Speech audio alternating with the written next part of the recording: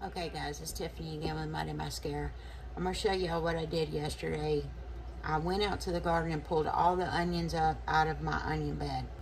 I think I planted them too close together, so they weren't getting any bigger. So what I did was I dehydrated them. It was the best thing for me to do, and I'm going to make onion powder out of them. So let me show you here. Alright. So I have, well, on this top tray, I've got tomatoes that I dehydrated. I got a beet that was out of my garden, and these are the onions and the peels. They're red and the green onions. And then I have about 6 more trays up underneath here, it's the same.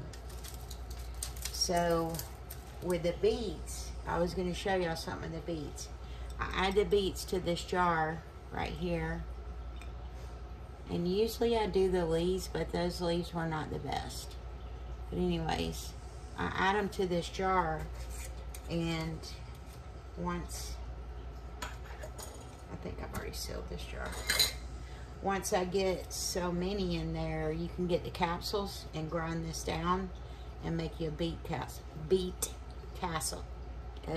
A beet capsule. I can't talk, sorry. Okay, so anyways, it was just one little beet that I had in the garden. I don't know where it came from. It must have been I don't know. It came from somewhere. But anyways, I'm going to put this back on here, and then I'll seal it up in a little bit with my brake bleeder. Now with the tomatoes, I dehydrated the tomatoes, and I keep them in a little jar like this. And you can add them to soups, stews, whatever, you know, or you can grind them up with a grinder and make tomato powder out of them, which is it's really good. So, and this one, yeah, is sealed too, which I may have to get a bigger jar for these. Give me 1 second.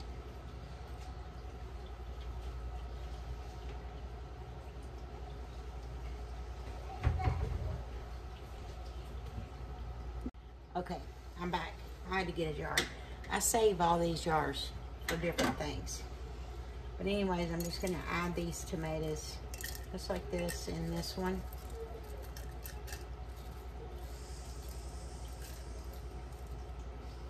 And like I said, you can use these for so many different things.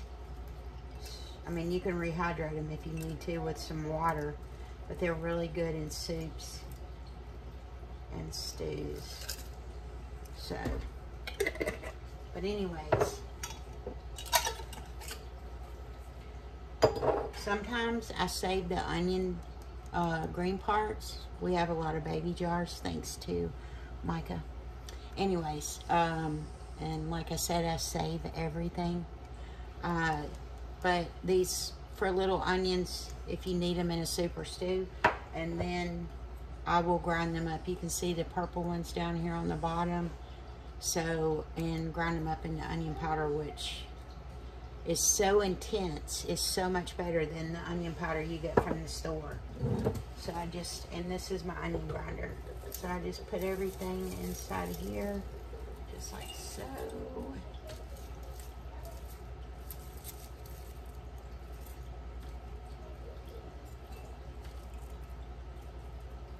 And I'm going to finish putting all these in here and grind them up, and I'll let y'all see the end result and then what we're going to dehydrate next.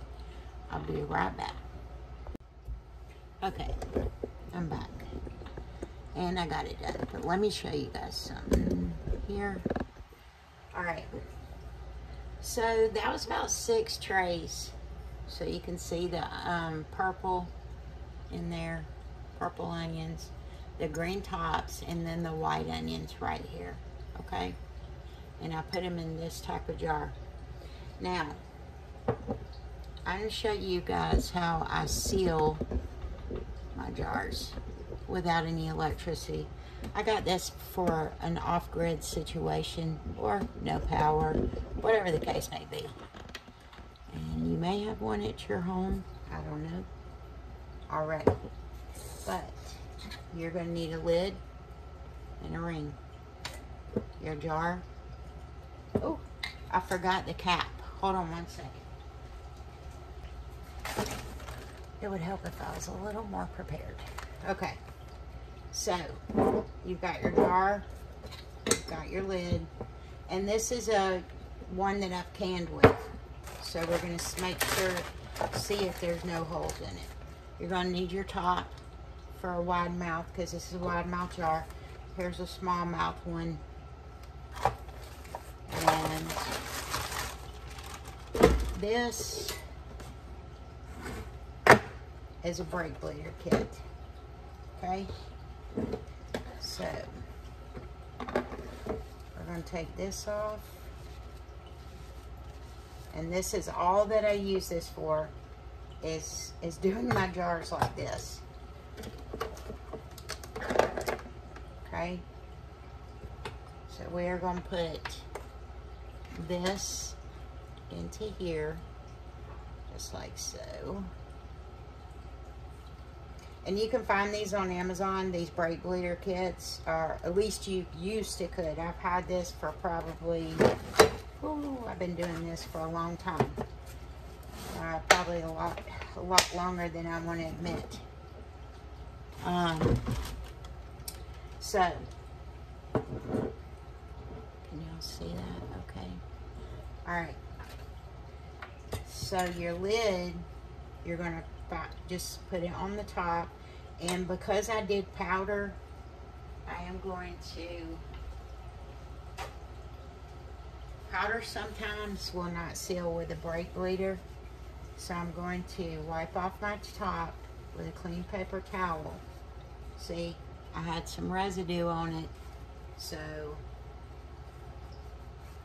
and then I'm just going to tear me off a small piece and put it right here, okay?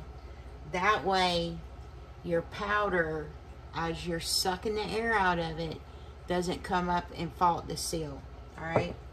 So what you're gonna do is put your lid on top, just like so, and your cap goes on top of that. Now, this is specifically for an off-grid situation, but I mainly use this for this. That's all I use this tool for. It's not what I'm saying. What I'm saying is a lot of people will do it with the Seal-A-Meal. My Seal-A-Meal does so much work for me without using the vacuum thing, without using the little cord. And this, I just do bags in it. So I always use this. So then you're going to take your tip, and this can be very hard if you have arthritis or, you know, weak wrist, or I forgot what they call that in the wrist. I forgot what the name of that is. So, you know, you may need some help doing this. And sometimes I have to put it down like this and pump it up against the thing. So when you start out your gauge right there, you want to get it up to 15. So let me start over. So your gauge is here. We need it to go past the middle, which is 15, so we can get a good seal on this, okay? So I'm going to put that in just like this.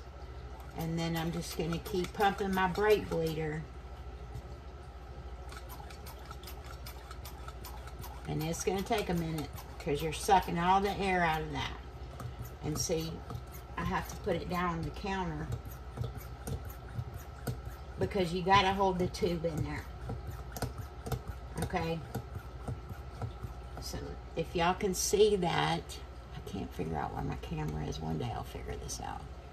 It is at 15, it's past 15, all right?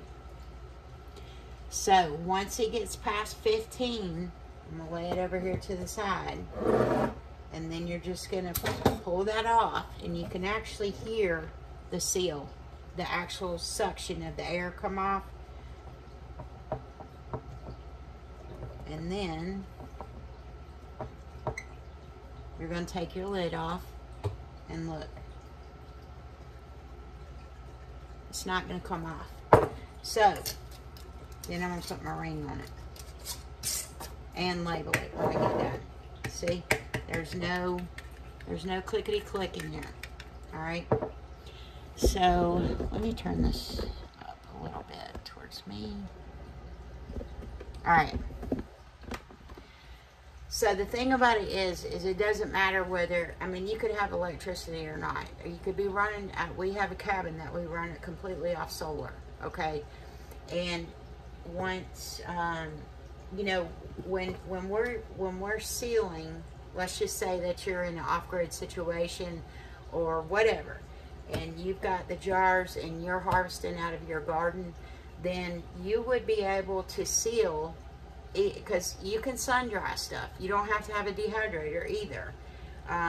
So once you know, get it dried, whether it's in the sun or the dehydrator, or if you have an oven and you dehydrate in your oven, then you can put it in your jars and then use the brake bleeder and the caps. These things are sold separately. You know, you can find these on Amazon.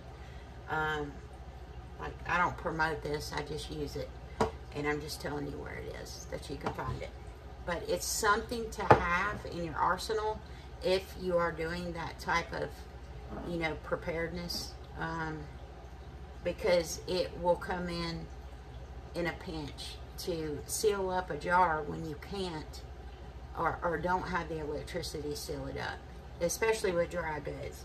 The other thing I wanted to tell you guys about the dehydrated process, and I forgot to tell you when I was at the beginning of it, but y'all all know it should snap whenever you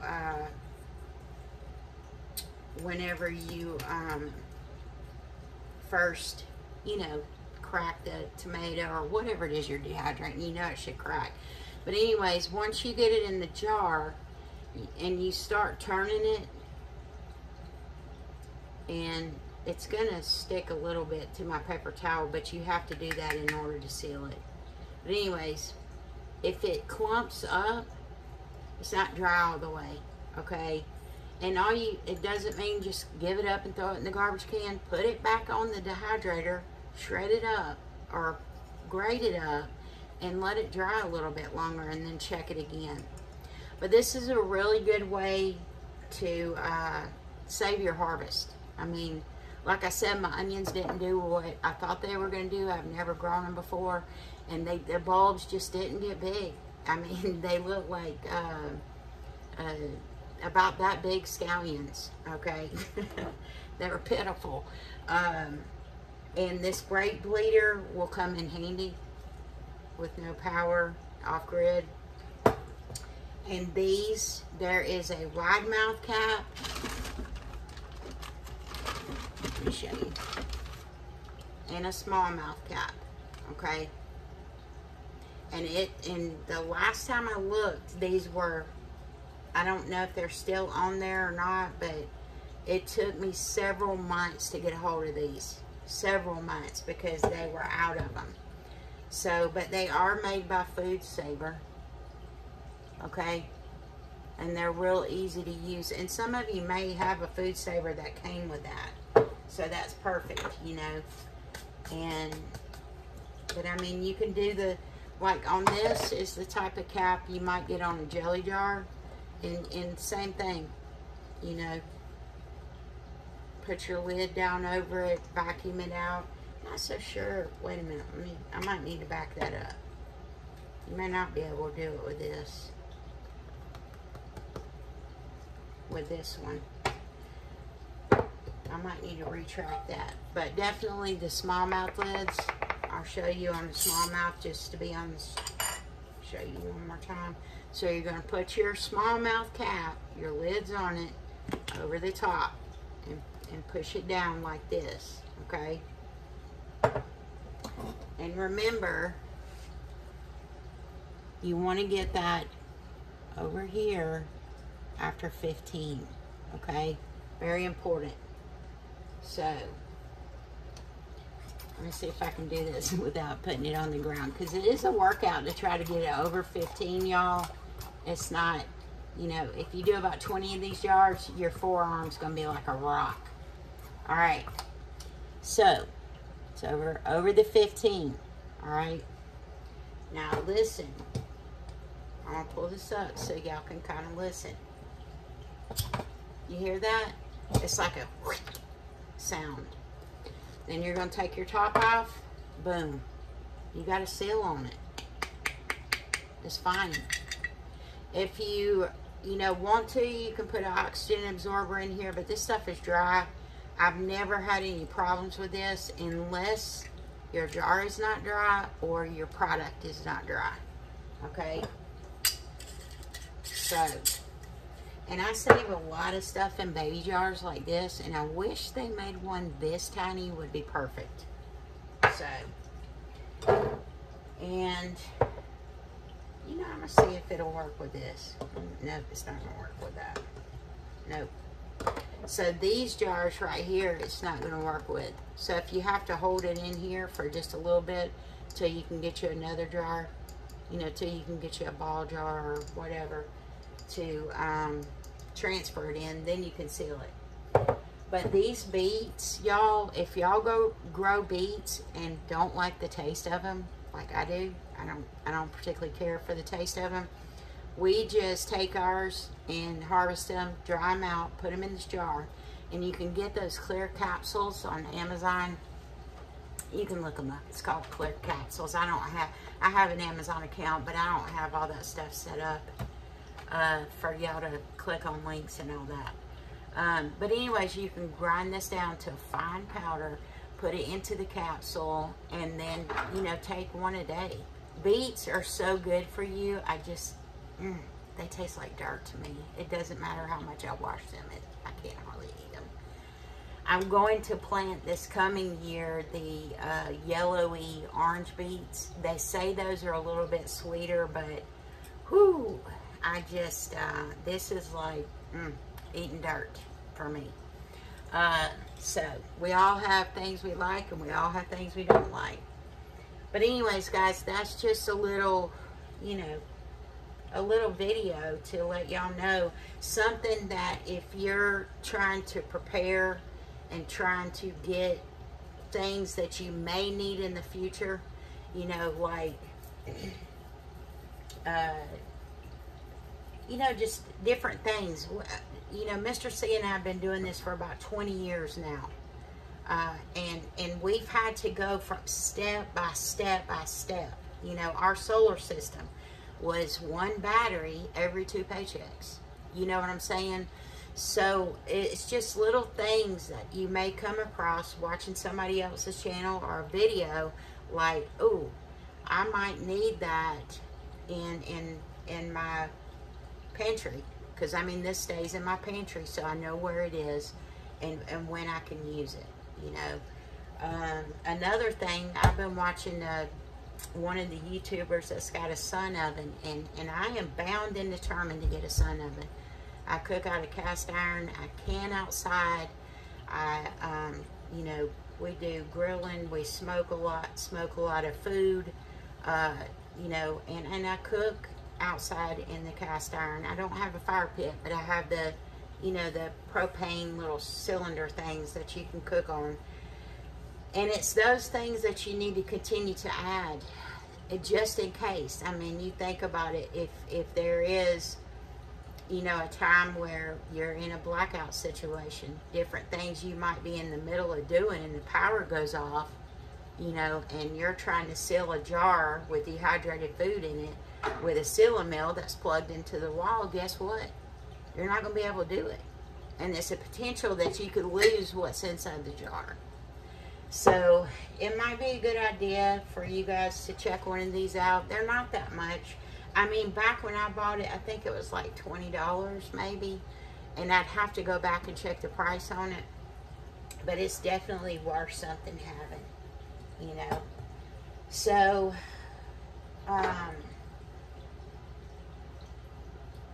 I guess that's about it. I'm about to try my hand at dehydrating potatoes as potato shreds, like hash browns.